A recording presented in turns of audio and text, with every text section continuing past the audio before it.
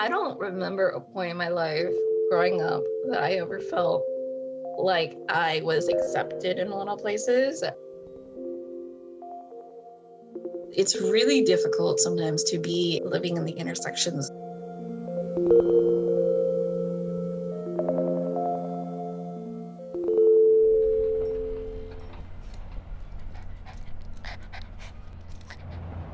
Over here. I grew up in Chicago, so a lot of things about Texas is always interesting to me, like Whataburger, and I still don't really understand chicken fried steak sometimes, but it's okay. It's okay. So? Sunny so? Down? I speak Down. Vietnamese and English. I call it Vietlish. Sunny lung? It was always difficult to figure out, like, how do I say I'm queer when I don't even know what queer is translated to in Vietnamese. When it comes to my Vietnamese family, it's always difficult because I don't know whether or not I should talk about my queerness. I wasn't necessarily near a lot of Viet folks. So yeah, most of my life, I grew up not necessarily having a role model.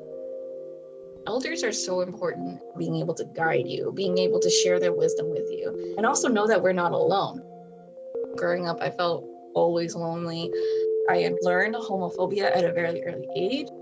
One of my relatives specifically said to me, if you are this, you will get kicked out of this house.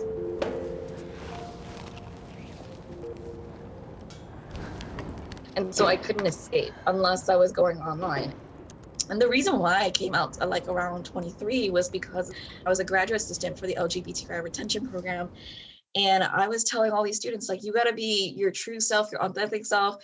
And then I had to look back to myself and I was like, why am I giving them these advice if I can't do that as well?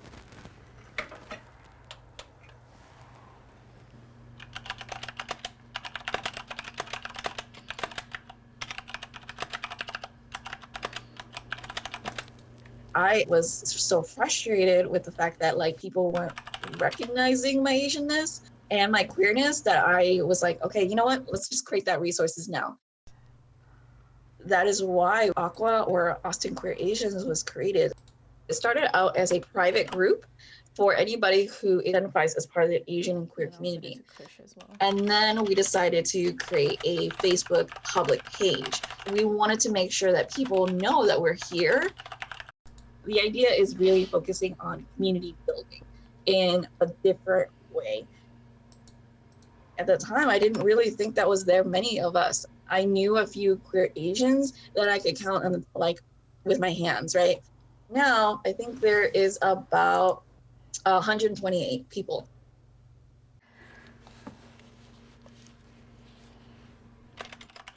Oh. Hey, how you going? Haven't talked to you in a long time. You ready? Wanna play? Wanna play something? I feel so loved in here. We have our space to vent, to talk about our own experiences, and also be able to heal, which is really hard when you don't have role models yourself.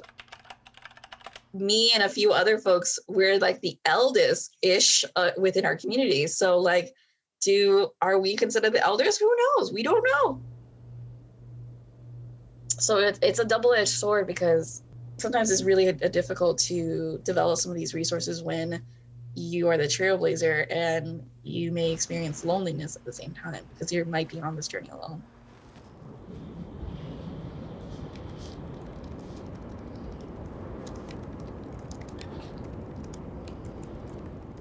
Loneliness has been a major thing in my life, but I've also learned to kind of be okay with it. I've learned to love myself and be okay with my own company. I know that I can thrive in other places. When many years ago, if you told me that this is where I was going to be, I would be like, yeah, sure, okay. That sounds horrible. And then, or it doesn't sound like me. Are you sure? And then showing that I can do it, right? The greatest impact with Aqua and all the work that I've been doing is that knowing that I'm leaving behind a legacy. I'm ready to see who else will take up the mantle. we often forget that we're not alone.